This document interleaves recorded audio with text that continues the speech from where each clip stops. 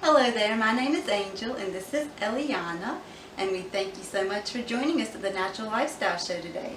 Today I'm going to be giving you guys tips on how to transition to a vegan diet. Specifically if you're eating a SAD diet right now, which is a standard American diet, maybe these tips will help you to transition over pretty effortlessly without feeling like you're missing out on anything. Why, yeah. So I just get right down to it. Number one, I'm going to give you some suggestions for some meat substitutes. Now, you don't really need any meat substitutes because if you eat a whole foods, plant-based diet, a balanced diet, you're going to get plenty of protein, iron, and amino acids. But coming from a non-vegetarian or non-vegan diet, a lot of people want a meat substitute. Don't they, Eliana? And so I'm going to tell you some really good ones. Of course, beans. They're inexpensive, and there are lots of different varieties of beans and lots of different ways to make beans. Tofu, that was one of my personal favorites when I began to eat a vegetarian and vegan diet. Hey! And to this day, I still really like the way tofu tastes, but I don't eat it though, normally. Tempeh. Tempeh is fermented soybeans, and it's really supposed to be more nutritious because it's fermented. I would really caution you though to buy organic soy products because most soy products are genetically modified. Also, nuts are a good meat substitute, especially when you're having something like raw tacos with walnut taco meat, because the walnut taco meat with the taco seasonings, I mean, it tastes so much like, taco meat, but of course a lot better than meat would. So yeah, that's my suggestions for meat substitutes.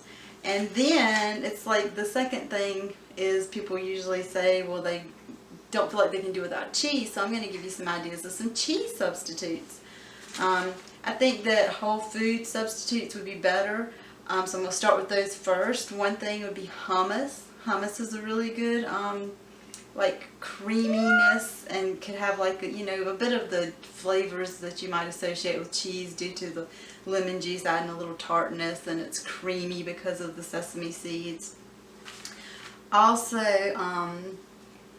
avocado and guacamole, they add a lot of creaminess, and cheese is usually used for creaminess, right? Yeah.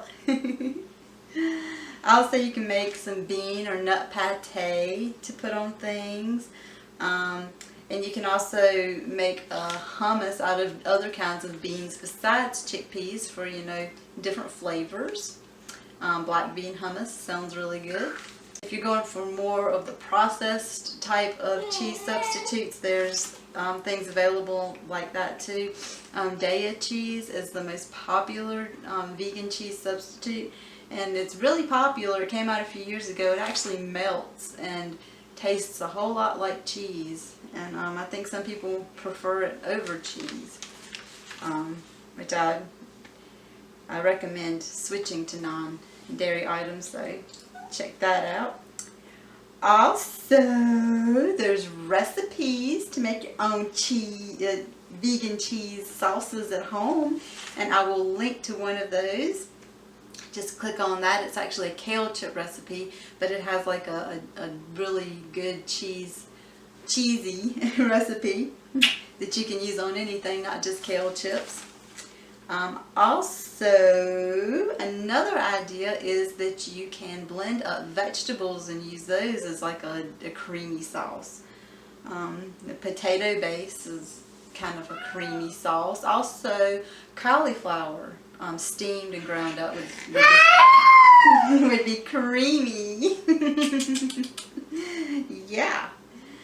And so yeah, there's the cheese ideas, and there's even a sliceable cheese recipe. Back in the day when I was, really on a different path, when I was really eating a lot of these cheese substitutes and things, I actually made the sliceable cheese recipe. It has a lot of things in it, oatmeal being one, which probably helped it to be a sliceable cheese, and I think there was something else in it too. But anyway, I'll link to that on my older blog that I had with a lot of vegetarian recipes. And I also add a link in the blog post to yummyvegetariandelights.blogspot.com because I had a lot of vegetarian recipes there. There are probably some cheese recipes there too. I don't eat like that anymore, but like I said, it was a transitional period of my life. So I would suggest using the cheese substitutes.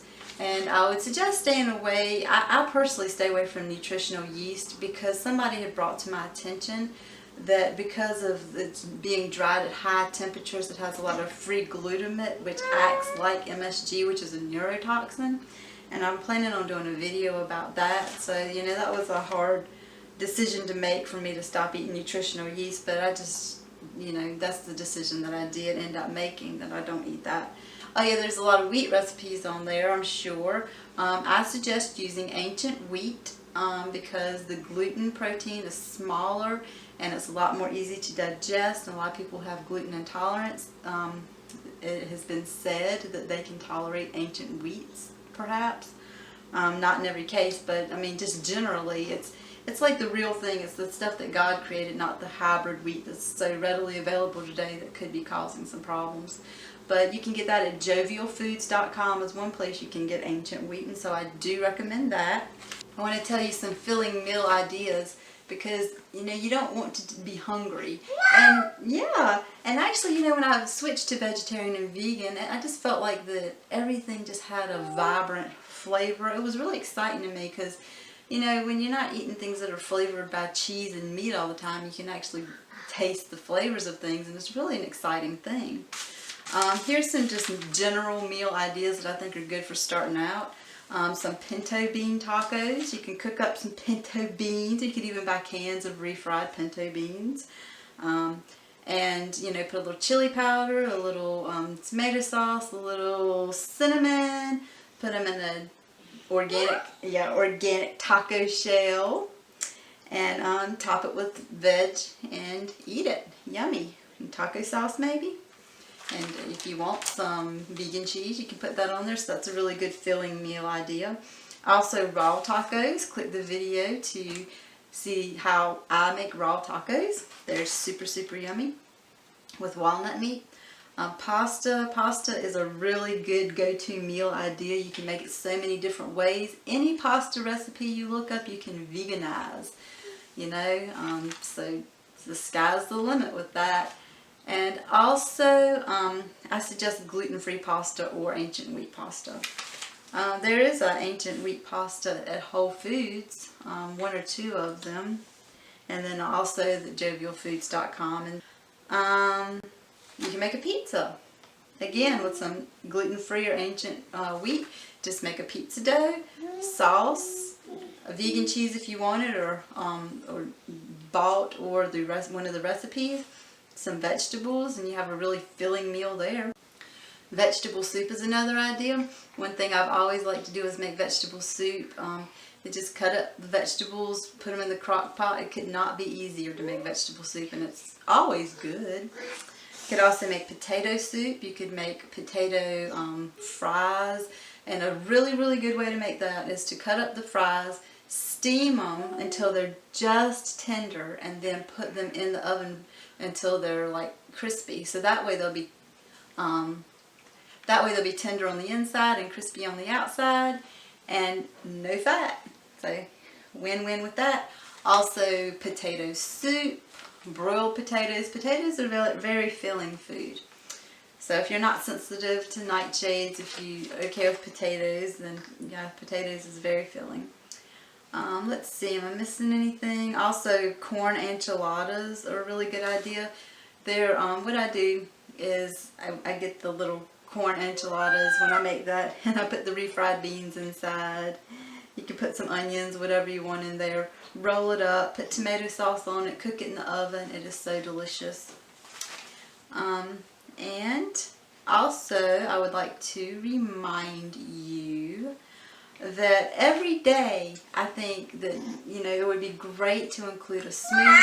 Yeah, to include a smoothie and a juice in your day if you can, because, your body will start getting nutrients. It'll, extra nutrients, phytonutrients.